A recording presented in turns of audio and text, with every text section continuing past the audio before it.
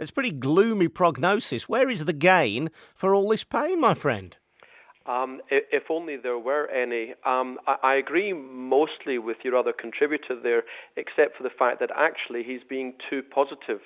You have to understand that for 20 or 30 years we've just had rising debt in our society, in government, and now we're at the end of the line. When you consider the amount of household debt, government debt on their balance sheet, the private finance initiative that we have to pay back over the next generation, unfunded pension promises for the civil service, you're looking at something like £7,000 billion of debt.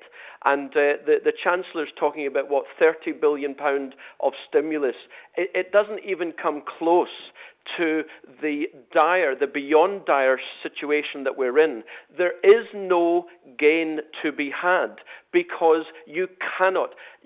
Those politicians who say they're trying to get growth, or those politicians who say we need growth, well, I'm telling you, they're being 100% disingenuous.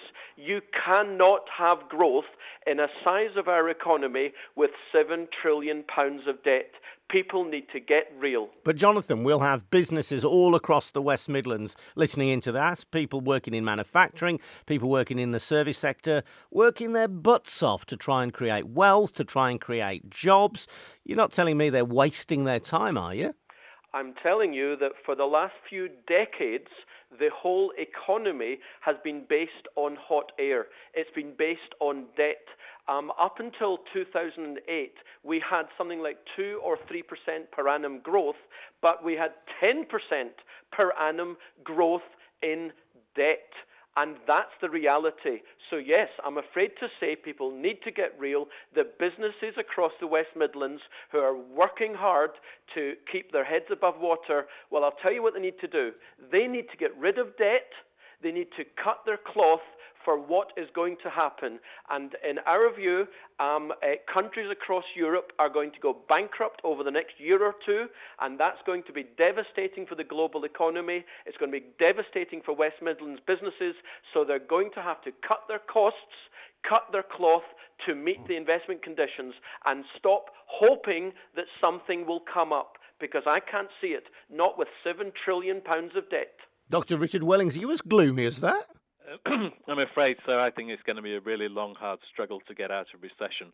But I do think growth is possible. But politicians really need to get real, and they need to have a systematic program of deregulation to reduce business costs enormously. And this might mean some very tough decisions, like abandoning things like our climate change targets and so on.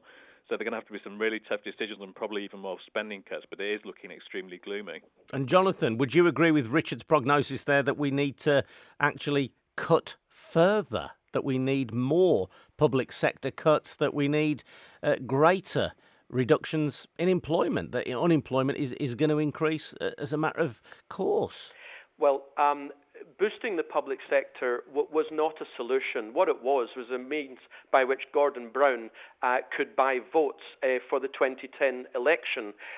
We have to do two major things. We have to cut. You know, you guys in the media, you talk about cutting further. We've hardly started. The reality is that the Treasury numbers are that we're still paying vast sums of money into the public sector, even though, of course, we've seen hundreds of thousands of job losses. I tell you, we've hardly started. We do certainly have to cut further, much further. But we also, on the other hand, we need to stop bailing out failed banks. These banks are busted companies, busted business models. We are literally giving them hundreds of billions of pounds. We need to stop bailing out banks. Jonathan, great to hear from you. An economist and wealth manager. Thanks also to Dr. Richard Wellings from the right-wing think tank, the Institute of Economic Affairs. Both pretty gloomy, both saying that the cuts have not gone far enough.